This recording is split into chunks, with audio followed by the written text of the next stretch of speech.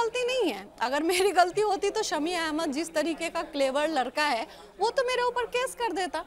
जो भी है, इस चीज़ों से मुझे कोई लेना देना नहीं। दूसरी बात ये है कि ये बात कब पता चली, ये बात शादी के बाद से ही पता चला मुझे कि ये आदमी सही नहीं है।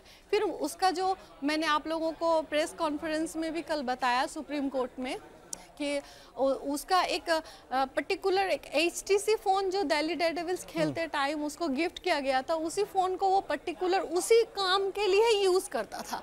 वो फ़ोन मेरे हाथ में लगे, उसके बाद सारे उसके चिट्टे खुल गए मेरे सामने। और वो तो मुझसे तलाक की तो कोशिश कर ही रहा था, मेरे ऊपर जितना हो सक रहा था बदतमीजियाँ तो कर ही रहा था। ये सब चीज़ को मैं दोहराना नहीं चाहती हूँ क्योंकि मेरा अभी पर्पस जो है जस्टिस पाना है। और जस्टिस में क्या क्या है, जो मेरे साथ चीज़ें गलत हुई उस चीज़ का मुझे जस्टिस चाहिए। जो मेरे और मेरी बेटी के राइट्स है वो राइट्स मुझे चाहिए। अच्छा, एक सवाल जो दर्शक भी जानना चाहते हैं कि जब पहली बार आपने मोहम्मद शमी से बातचीत की, जब फ़ोन आपके हाथ में आया, आपने भी उनको दिखाया होगा ये क्या चीज़ है, तो पहला रिएक्शन उनका क्या था या पहला जवाब उनका क्या था? पहला जवाब उसका यही था कि झूठ है, सब कुछ उसने डिनाई कर दिया। सब कुछ डिनाई करने के बाद जब ये चीज़ें मीडिया के सामने आई तो फिर वो पाकिस्तानी सेक्स वर्कर वो मीडिया के सामने आई शमी का बचाव करने के लिए। फिर ये भी मीडिया के सामने शमी अहमद ने बताया था कि ये प्लानिंग वाइज किया जा रहा है, ये एडिटिंग के थ्रू किया जा रहा है, ये मुझे बदनाम करने की कोशिश की जा रही है। तो अरे भाई, मैं अगर एडिटिंग कर रही हूँ, मैं बदनाम कर रही हूँ, तो वो पाकिस्तानी जो सेक्स वर्कर थी वो तो उस हिसाब से मेरा आदमी होना, मेरे लोग होने चाहिए थे। उसको तो मेरे फेवर में इंटरव्यू देना चाहिए था, उसने शमी अहमद के फेवर में इंटरव्यू क्यों दिया? अच्छा, एक चीज़ और है जो आपने अभी मीडिया रिपोर्ट्स में भी ये दावा किया जा रहा है कि आपने कहा है कि मोहम्मद शमी आपके ऊपर दहेज के लिए थोड़ा सा दबाव बनाते थे, क्या ये बात सच है? देखिए, दहेज के लिए दबाव बनाते थे इसका मतलब उसको पता था कि दहेज हमारे घर से उसको क्या मिल सकता है।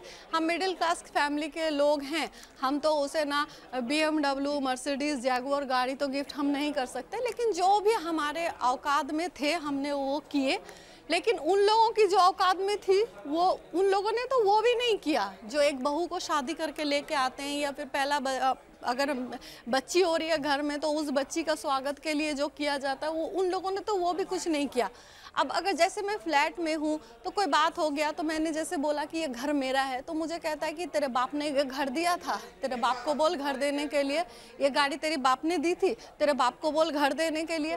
मतलब किसी भी चीज़ को मैं अपना नहीं कह सकती। अगर मैं अपना कहती तो इसका मतलब ये था कि ये मेरे बाप ने नहीं दिया इसलिए मेरा अपना नहीं है। तो ये चीज़ें जो है वो क्रिएट करने की कोशिश करता।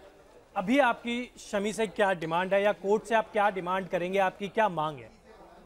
देखिए, बात मेरी ये है कि एक जो इंडियन महिलाएं होती हैं वो उन लोगों का घर संसार हस्बैंड यही सब कुछ होता है। अब मेरी ज़िंदगी तो इस आदमी ने बर्बाद कर दिया। मेरी इज्जत का तो बिल्कुल इसने मतलब बोलते हैं ना धज्जियाँ उड़ा देना, इस इंसान ने धज्जियाँ उड़ा दिया। टीम बनाई गई है, उस टीम के थ्रू में मुझे गाली गलौज करवाई जाती है कि जैसे मैं डिस्टर्ब हो जाऊं, जैसे मैं जलील हो जाऊं और मैं सुसाइड कर लूं और लोगों के जितने भी हो सके लोगों के नज़रों से मैं गिराऊं। लेकिन हालांकि मैं घरेलू लड़की ज़रूर हूँ, लेकिन मैंने भी मॉडलिंग की है, मैंने भी एथलेटिक्स में मैं डिस्ट्रिक्ट चैम्पियन थी, मैं भी दुनियादारी देखी है। मैंने कुछ दिन मैंने भी जर्नलिज्म का काम किया है, मैंने भी जॉब किया है, तो दुनिया की समझ तो मुझे थी कि इस समाज में क्या क्या हो सकता है और इस समाज में एक औरत के साथ क्या क्या किया जा सकता है। सिर्फ औरत के साथ क्या, कोई भी मर्द भी अगर मजबूर है और कोई सामने वाला अगर स्ट्रांग है तो उसको मतलब गिराने के लिए, उसको दबाने के लिए जितना हदें पार कर सकते हैं लोग करते हैं। तो इन सब चीज़ों को उसने अप्लाई किया और ये समझ मुझे थी, लेकिन मैं कभी डरी नहीं इन सब चीज़ों से। बट क्या देखिए, मामला आप दोनों के बीच के था, उसके बाद पूरे देश को भी पता चला, आपने भी इंटरव्यूज़ दिए, मोहम्मद शमी ने भी दिया, कि आपने कभी बातचीत करने की कोशिश करी कि ये मसला ख़त्म हो सके, या आपको लगता है कि ये बातचीत या उस मोड़ तक बातचीत पहुंच ही नहीं पाई? नहीं, जब उसने एक फेक एक्सीडेंट बनाया था पब्लिकली सिंपैथी पाने के लिए, तभी मैं दिल्ली आई थी उनसे मिलने के लिए। यहाँ तक कि मैं गांव के घर भी गई थी 3 साल की बच्ची को लेकर, तो फिर वहाँ पे भी उसने अपने पैसे और इन्फ्लुएंस के थ्रू में रात के 12 बजे पुलिस से मुझे और मेरी बच्ची को घर से निकलवाया गया था। तो उसने उसकी जितनी हद थी जितनी हद थी बदतमीजी की, बदमाशियों की, उसने की। अब अभी लोगों के सामने इनोसेंट बना पड़ा है। और आपको तो पता ही है कि कोई भी औरत हमारे समाज में अगर भ्रष्टाचार के खिलाफ या अन्याय के खिलाफ आवाज़ उठाती है तो वो औरत जो है गलत साबित होती है। और सबसे बड़ी बात ये है कि हमारे समाज में दो किस्म की वेश्याएं मिली जाती हैं। एक वेश्या होती है जो खुलेआम वेश्यावृत्ति करती हैं, और एक जो है इज्जत का चोला पहन के वेश्याएं जो है मतलब अपना धंधा चलाती हैं।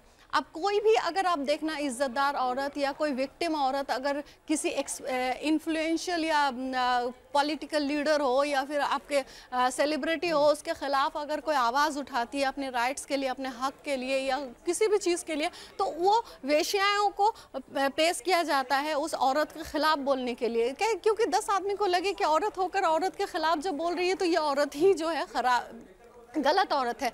और दूसरी बात ये है, कोई भी औरत अगर हमारे इंडिया में विक्टिम है और इज्जतदार औरत है तो उसको ना जस्टिस मिलने में सालों लग जाते हैं। लड़ते लड़ते शायद उसको कब्र में जाने का टाइम आ जाए तब जस्टिस मिलेगा, या फिर अगर किस्मत ने उसको साथ दे दिया और ईमानदार लोग मिल गए, ईमानदार लॉयर मिल गए, ईमानदार जज मिल गए या अच्छे लोग मिल गए तो उसे जस्टिस मिल गया।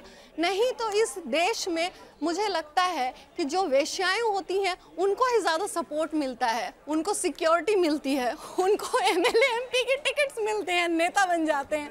तो ये चीज़ें हैं। अब भैया हम तो इज्जतदार आदमी हैं,